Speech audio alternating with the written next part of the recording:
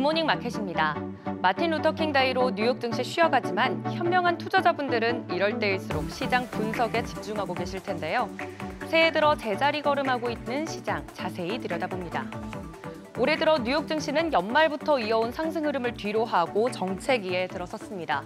S&P 500 지수는 사상 최고치 근처에서 거래되면서 4,800선을 한때 넘기기도 했었는데요. 그 추세를 유지하지 못하고 작년 말 주가 수준에서 계속 맴돌고 있습니다. 다우존스 지수와 나스닥 지수도 주간으로 보면 상승했지만 올해 들어서는 소폭 하락세를 나타낸 모습입니다. 이런 상황에서 맞이하는 어닝 시즌의 의미는 두 가지로 정리해 볼 수 있겠습니다. 첫째, 주가 상승을 정당화하는 명분으로 작용을 할지 아니면 펀더멘탈을 앞서 나간 기대로 그치면서 주가의 하락 반전 계기가 될지입니다. 우선 이번 어닝 시즌 시작 전부터 S&P 500의 EPS 추정치가 하향 조정됐었습니다.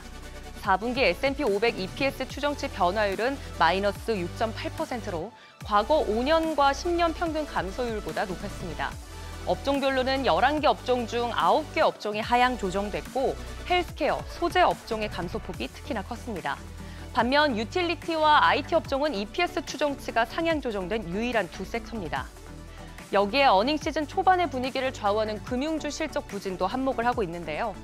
S&P 500의 금융업종 EPS 증가율은 마이너스 3.1%로 11개 업종 가운데 네 번째로 높은 이익 감소가 예상됩니다. 실제 지난 금요일 실적을 발표한 JP모건 체이스의 주가는 0.73% 하락, 뱅크 오브 아메리카는 1%대, 그리고 웰스파고도 3%대 모두 하락 마감했습니다. 더불어 이번 주에 실적 발표를 앞두고 있는 모건 스탠리도 4분기 주당 순이익이 1.09달러로 예상되는데 전년 동기 대비 1.31달러 대비 마이너스 16.8% 하락할 것으로 전망되고 있습니다. 그럼 기대해 볼 만한 건 IT와 유틸리티인데 상대적으로 변동성이 낮고 안정적인 투자 성향은 유틸리티를, 미래의 성장성에 베팅하는 쪽은 IT를 눈여겨보고 계실 텐데요. IT 업계에서는 지각 변동이 있었죠.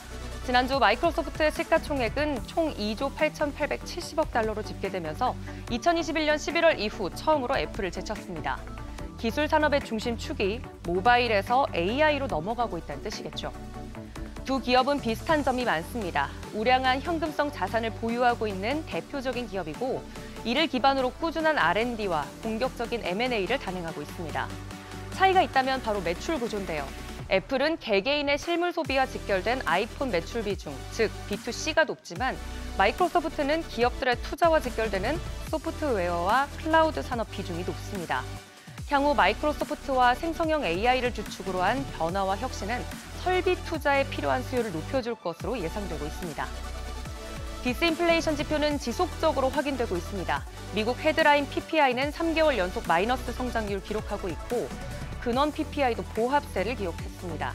금리 부담이 차차 낮아지는 것도 증시에는 긍정적일 테고요.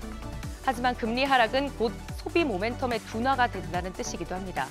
실제로 이번 실적 시즌 통해 미국 대형은행들은 향후 소비자들의 대출 수요가 둔화할 가능성이 높다고 언급했습니다.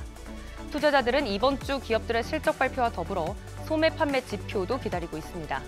전반적인 소비 모멘텀이 둔화한다면 시장은 전통적인 소비재 기업들에게는 보수적으로 접근할 가능성이 높겠습니다.